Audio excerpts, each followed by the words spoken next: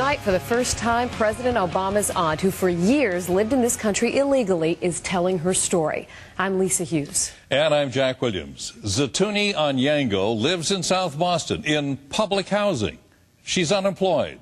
She collects disability and insisting her nephew never pulled any strings for her.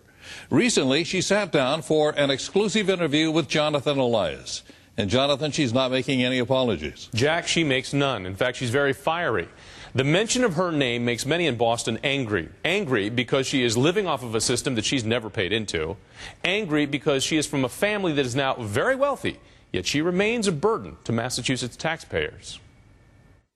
If I come as an immigrant, you have the obligation to make me a citizen. This is President Obama's aunt, a woman many say is the poster child of our broken immigration system. We only found out about her back in 2008. It was the weekend before the November election.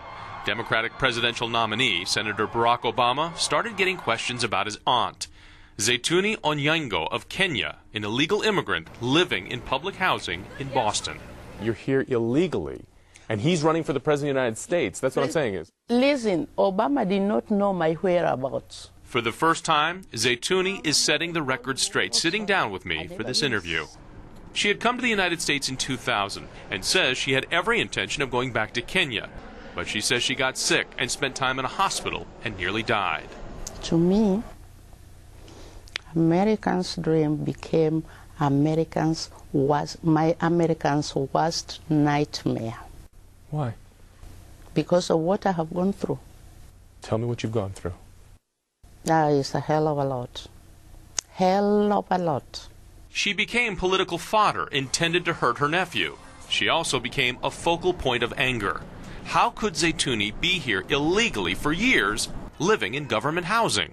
Have been treated like public enemy number one. In 2004, Zetouni was ordered out of the country by an immigration judge. She didn't leave. Did you know that you were staying in this country illegally? I knew I had overstayed. She says once she got out of the hospital, she lived in a homeless shelter for nearly 2 years and then was assigned public housing despite thousands of legal residents also waiting for that kind of assistance. How do you respond to those families that would say, why is she getting anything? Listen, let me tell you. I don't mind.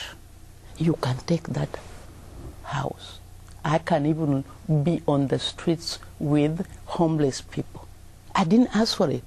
They gave it to me. And you better just ask the system. Ask your system. I didn't create the system. And she's right, but not apologetic. When news of Zetouni broke, it was of national interest. How could she be living here so long illegally? There are people that need assistance who have been paying into the system, and they've waited in line, and they've waited their turn, and then somebody like you, they say, comes along, and you never waited in line, and you never paid into the system, and yet you took advantage of the system. I did not take any advantage of the system. The system took advantage on me.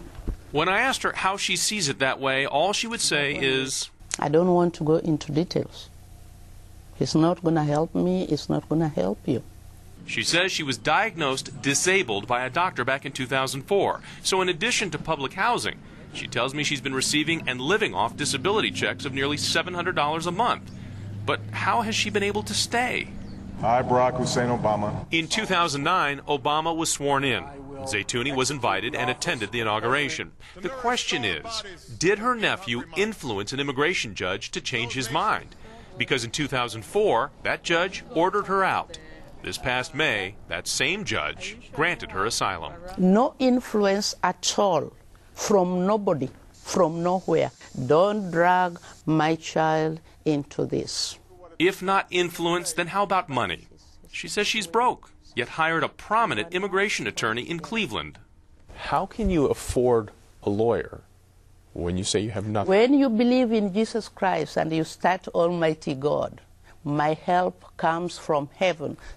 I think a lot of people would like that same source to pay their bills as well. Yeah, you better believe.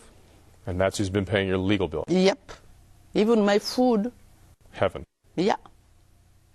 You heard her refer to President Obama as her child. She does that a number of times. It is worth noting that she has not been sitting around for all these years. She does tell me that she has been active volunteering with a number of organizations, including the Boys and Girls Club and even the Boston Public Housing. Now, tomorrow night, part 2 of my exclusive interview, we're going to take a closer look at her relationship right now with her nephew, President Obama, and I ask her why he hasn't helped her get off public assistance, and also why the judge changed his mind and allowed her to stay in the United States after he already once said she had to go. Jack?